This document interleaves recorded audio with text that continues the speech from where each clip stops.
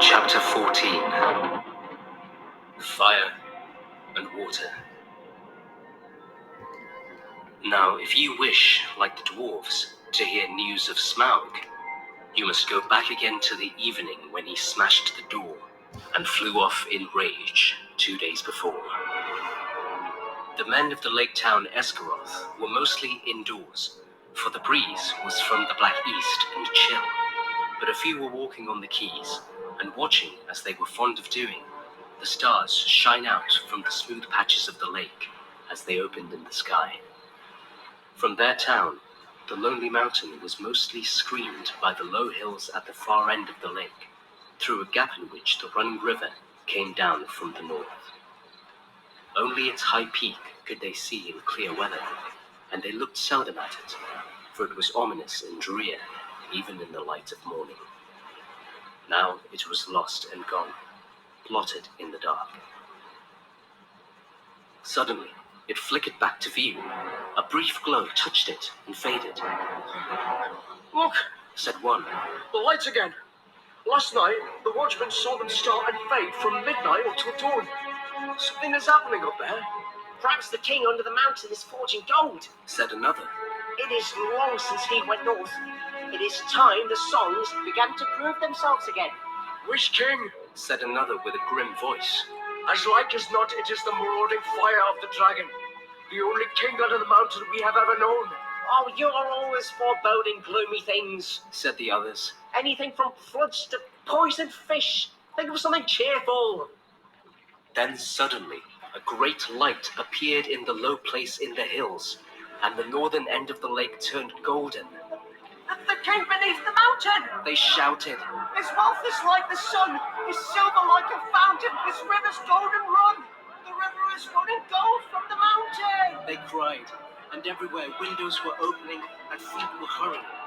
There was once more a tremendous excitement and enthusiasm, but the grim-faced fellow ran hotfoot to the master. "The dragon is coming, or I am a fool!" he cried. "Cut the bridges! To arms! To arms!" Then warning trumpets were suddenly sounded and echoed along the rocky shores. The cheering stopped and the joy was turned to dread. So it was that the dragon did not find them quite unprepared. Before long, so great was his speed, they could see him as a spark of fire rushing towards them and growing ever huger and more bright. And not the most foolish doubted that the prophecies had gone rather wrong. Still, they had a little time.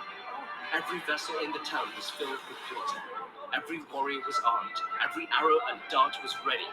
And the bridge to the land was thrown down and destroyed before the roar of Smaug's terrible approach grew loud, and the lake rippled red as fire beneath the awful beating of his wings. Amid shrieks and wailing and the shouts of men, he came over them, swept towards the bridges, and was foiled. The bridge was gone, and his enemies were on an island in deep water, too deep and dark and cool for his liking. If he plunged into it, a vapor and a steam would rise enough to cover all the land with a mist for days. But the lake was mightier than he. It would quench him before he could pass through. Roaring, he swept back over the town. A hail of dark arrows leaped up and snapped and rattled on his scales and jewels, and their shafts fell back, kindled by his breath, burning and hissing into the lake. No fireworks you ever imagined equaled the sight that night. At the twanging of the bows and the shrilling of the trumpets, the dragon's wrath blazed to its height, till he was blind and mad with hatred. No one had dared to give battle to him for many an age, nor would they have dared now, if it had not been for the grim-voiced man, Bard was his name, who ran to and fro, cheering on the archers and urging the master to order them to fight to the last arrow. Fire leapt from the dragon's jaws. He circled for a while high in the air above them, lighting all the lake. The trees by the shores shone like copper and like blood, with leaping shadows of dense black at their feet. Then down he swooped, straight through the arrow storm, reckless in his rage, taking no heed to turn his scaly sides towards his foes, seeking only to set their town ablaze. Fire leaped from thatched roofs and wooden beamings as he hurtled down and past and round again, though all had been drenched with water before he came. Once more, water was flung by 100 hands wherever a spark appeared. Back swirled the dragon. A sweep of his tail and the roof of the great house crumbled and smashed down. Flames unquenchable sprang high into the night. Another swoop, and another house, and then another sprang afire and fell. And still no arrow hindered Smaug, or hurt him more than a fly from the marshes. Already, men were jumping into the water on every side. Women and children were being huddled into laden boats in the market pool. Weapons were flung down. There was a mourning and weeping, where but a little time ago the old songs of mirth to come had been sung about the dwarves. Now men cursed their names. The master himself was turning to his great gilded boat, hoping to row away in the confusion and save himself. Soon all the town would be deserted and burned down to the surface of the lake. That was the dragon's hope. They could all get into boats for all he cared. There he could have fine sport hunting them, or they could stop till they starved. Let them try to get to land, and he would be ready. Soon he would set all the shoreland woods ablaze and wither every field and pasture. Just now he was enjoying the sport of town baiting more than he had enjoyed anything for years. But there was still a company of archers that held their ground among the burning houses.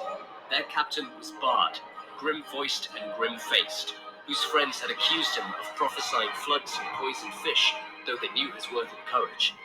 He was a descendant in long line of Girion, Lord of Dale, whose wife and child had escaped down the running river from the ruin long ago. Now he shot with a great yew bow, till all his arrows but one were spent. The flames were near. His companions were leaving him. He bent his bow for the last time. Suddenly, out of the dark, something fluttered to his shoulder. He started, but it was only an old thrush. Unafraid, it perched by his ear, and it brought him news. Marveling, he found he could understand its tongue, for he was of the race of Dale.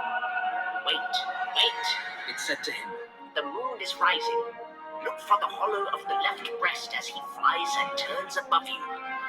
and while Bard paused in wonder, it told him of tidings up in the mountain, and of all that it had heard. Then Bard drew his bowstring to his ear.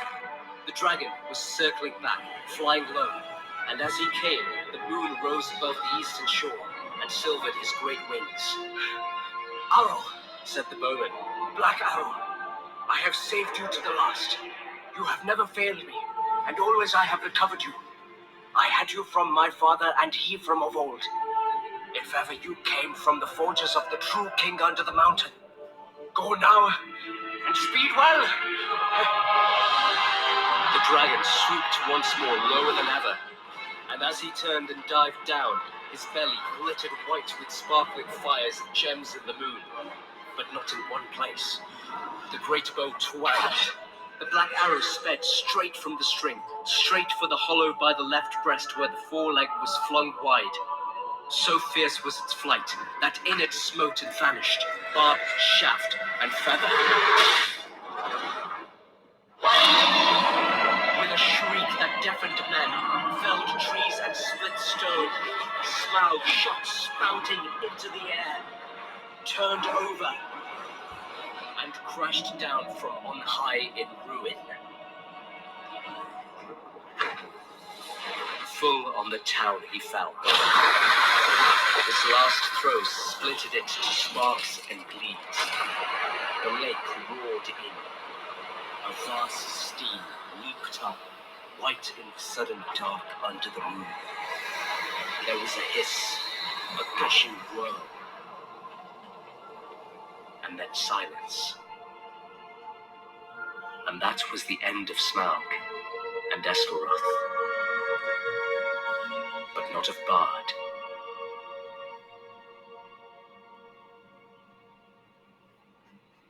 The waxing moon rose higher and higher, and the wind grew loud and cold. It twisted the white fog into bending pillars and hurrying clouds, and drove it off to the west to scatter in tattered shreds over the marshes before Mirkwood. Then the many boats could be seen, dotted dark on the surface of the lake, and down the wind came the voices of the people of Eskelroth, lamenting their lost town and goods and ruined houses. But they had really much to be thankful for, had they thought of it, though it could hardly be expected that they should just then. 3/4 of the people of the town had at least escaped alive. Their woods and fields and pastures and cattle and most of their boats remained undamaged, and the dragon was dead. What that meant, they had not yet realized.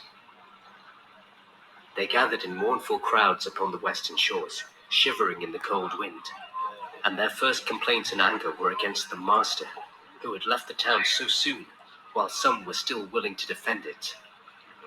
He may have a good head for business, especially his own business, some murmured, but he is no good when anything serious happens.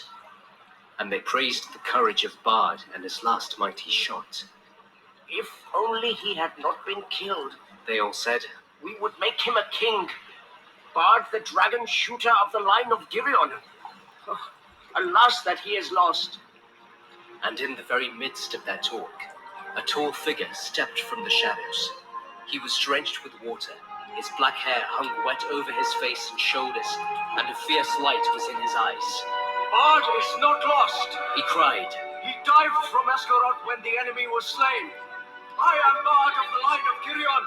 I am the slayer of the dragon. King Bard! King Bard! they shouted, but the master ground his chattering teeth. Girion was Lord of Dale, not King of Esgaroth. He said, In the lake town, we have always elected masters from among the old and wise, and have not endured the rule of mere fighting men. Let King Bard go back to his own kingdom. Dale is now freed by his honor, and nothing hinders his return, and any that wish can go with him, if they prefer the cold stones under the shadow of the mountain to the green shores of the lake. The wise will stay here and hope to rebuild our town and enjoy again in time its peace and riches. We will have King Bard! The people near at hand shouted in reply, We have had enough of the old men and the money counters! and people further off took up the cry, Up with the bowmen and down with money bags! till the clamour echoed along the shore. I am the last man to undervalue Bard the bowman. Said the master warily, for Bard now stood close beside him. He has tonight earned an eminent place in the roll of the benefactors of our town, and he is worthy of many imperishable songs. But why, O people? And here the master rose to his feet and spoke very loud and clear. Why do I get all your blame? For what fault am I to be deposed? Who aroused the dragon from his slumber, I might ask? Who obtained of us rich gifts and ample help, and led us to believe that old songs could come true? Who played on our soft hearts and our pleasant fancies? What sort of gold have they sent down the river to reward us? Dragon fire and ruin! From whom should we claim the recompense of our damage and aid for our widows and orphans? As you see, the master had not got his position from nothing. The result of his words was that for the moment, the people quite forgot their idea of a new king and turned their angry thoughts towards Thorin and his company. Wild and bitter words were shouted from many sides, and some of those who had before sung the old songs loudest were now heard as loudly, crying that the dwarves had stirred the dragon up against them deliberately. Fools! Said Bard, Why waste words and wrath on those unhappy creatures? Doubtless they perished first in fire, before Smaug came to us. Then, even as he was speaking, the thought came into his heart of the fabled treasure of the mountain, lying without guard or owner, and he fell suddenly silent. He thought of the master's words, and of Dale rebuilt, and filled with golden bells, if he could but find the men. At length he spoke again. This is no time for angry words, Master. or for considering weighty plans of change. There is work to do.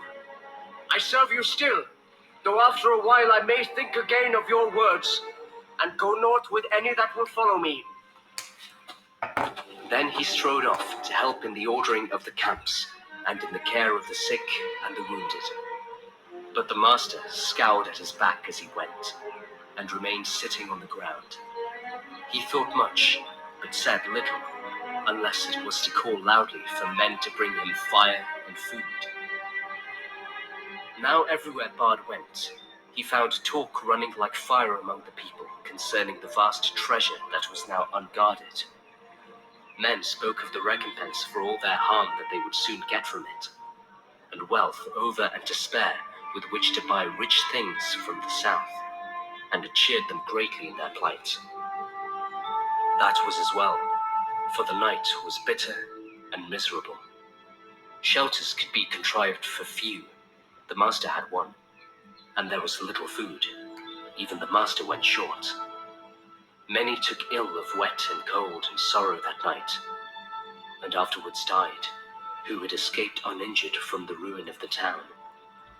And in the days that followed, there was much sickness and great hunger. Meanwhile, Bard took the lead, and ordered things as he wished, though always in the master's name. And he had a hard task to govern the people and direct the preparations for their protection and housing. Probably most of them would have perished in the winter that now hurried after autumn, if help had not been to hand. But help came swiftly, for Bard at once had speedy messengers sent up the river to the forest to ask the aid of the king of the elves of the wood. And these messengers had found a host already on the move, although it was then only the third day after the fall of Smaug. The Elven King had received news from his own messengers and from the birds that loved his folk, and already knew much of what had happened. Very great indeed was the commotion among all things with wings that dwelt on the borders of the desolation of the dragon.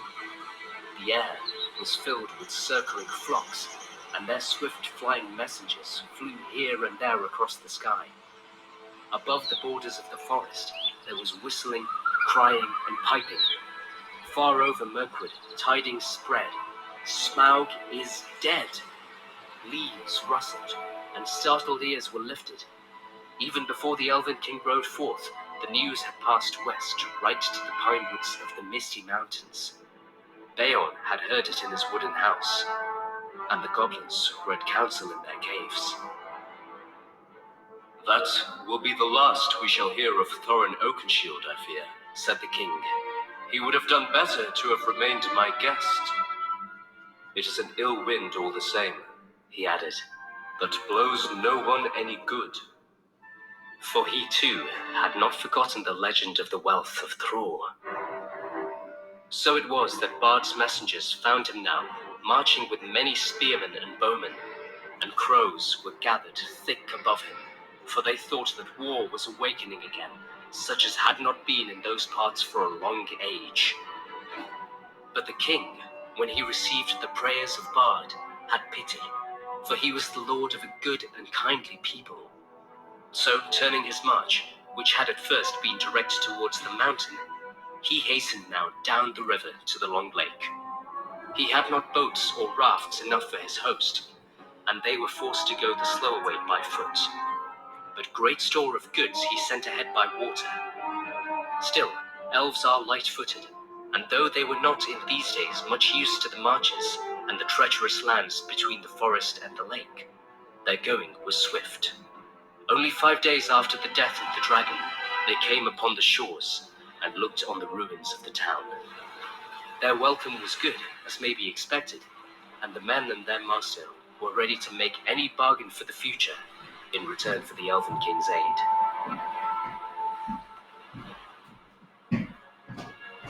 Their plans were soon made. With the women and the children, the old and the unfit, the master remained behind, and with him were some men of crafts and many skilled elves, and they busied themselves felling trees and collecting the timber sent down from the forest. Then they set about raising many huts by the shore against the oncoming winter, and also, under the master's direction, they began the planning of a new town, designed more fair and large even than before, but not in the same place. They removed northward, higher up the shore, forever after they had a dread of the water where the dragon lay.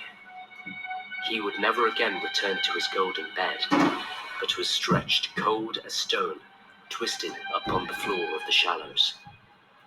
There for ages his huge bones could be seen in calm water, amid the ruined piles of the old town. But few dared to cross the cursed spot, and none dared to dive into the shivering water, or recover the precious stones that fell from his rotting carcass. But all the men of arms who were still able, and the most of the Elven King's array, got ready to march north to the mountain. It was thus that in 11 days from the ruin of the town, the head of their host passed the rock gates at the end of the lake, and came into the desolate lands.